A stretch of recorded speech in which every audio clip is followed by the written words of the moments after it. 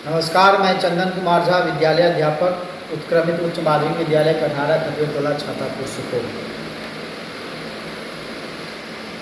लगातार कुछ दिनों से विभिन्न कोचिंग संस्थान इस पंचायत में जो स्थित हैं, इस पंचायत में और इस पंचायत के आसपास के क्षेत्रों में, उनके द्वारा विभिन्न प्रकार की विद्यालय में नामांकित बच्चों के माध्यम से उन्हें गुमराह किया जाता है कि विद्यालय द्वारा उनके कोचिंग संस्थानों के प्रति जो है वह नकारात्मकता भावना फैलाई जा रही है। यह बात बिल्कुल ही बेबुनियाद है।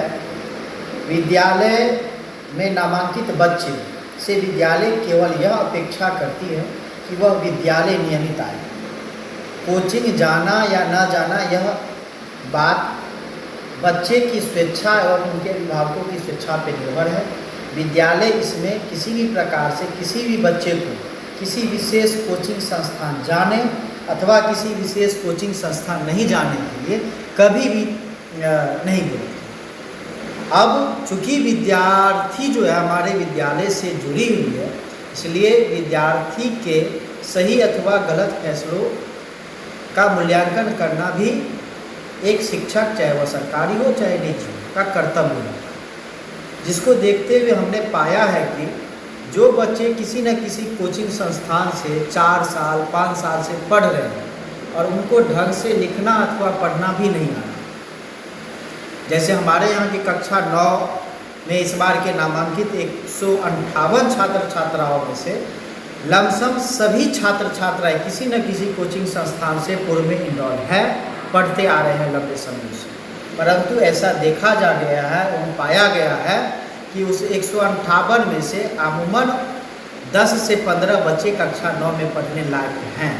मतलब कक्षा 9 पढ़ने के लिए जो न्यूनतम ज्ञान की आवश्यकता है वो उनके पास है। तो आखिर इतनी बड़ी डिफरेंसेस क्यों? अगर बच्चे कोचिंग संस्थान में पढ़ते हैं तो आखिर उसी कोचिंग संस्थान से 1-2 बच्चे बहुत अच्छे कर पा रहे हैं और बाकी 99 बच्चे पिछड़े रह जाते हैं। ऐसा क्यों? सवाल आपके लिए। तो केवल मेरा उद्देश्य यह है, बच्चे को हम लगातार क्लास में भी बोलते आ रहे हैं, चेतना सत्र के माध्यम से बताते आ रहे हैं कि अगर आप कहीं भी अपना समय दे रहे हो, अपना घर की, अपने पिताजी की जमा पूंजी या मेहनत की कमाई को कहीं अगर आप खर्च कर रहे हो तो उस खर्च का मूल्यांकन करना भी आपका कर्तव्य है।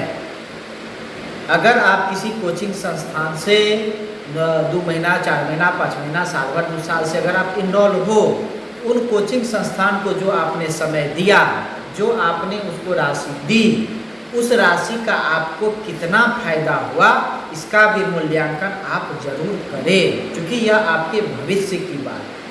अगर आपको लग रहा है कि उस कोचिंग संस्थान से हमें फायदा नहीं है तो आप बेहिचक उस कोचिंग संस्थान से एकदम मुक्त होकर के उतने ही समय आप अपने स्वाध्याय पे लगाए, आप अपनी पाठ्यपुस्तक को पढ़ें, विद्यालय द्वारा पढ़ाई गई चीज़ों का रिवीजन करें।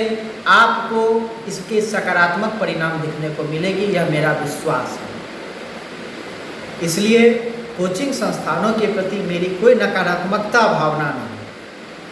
हम विद्यालय केवल यह अपेक्षा करते हैं आपसे कि विद्यालय अवधि में कोई कोचिंग संस्थान ना चलाए। यह सरकारी नियमानुसार एकदम पूर्ण रूप से अवैध है और आपसे अपेक्षा भी करते हैं कि आप ऐसा नहीं करेंगे। हमारे आपके प्रति सकारात्मक सोच है। हम और आप मिल कर के इस पंचायत की शिक्षा व्यवस्था को बेहतर करने में लगे हैं।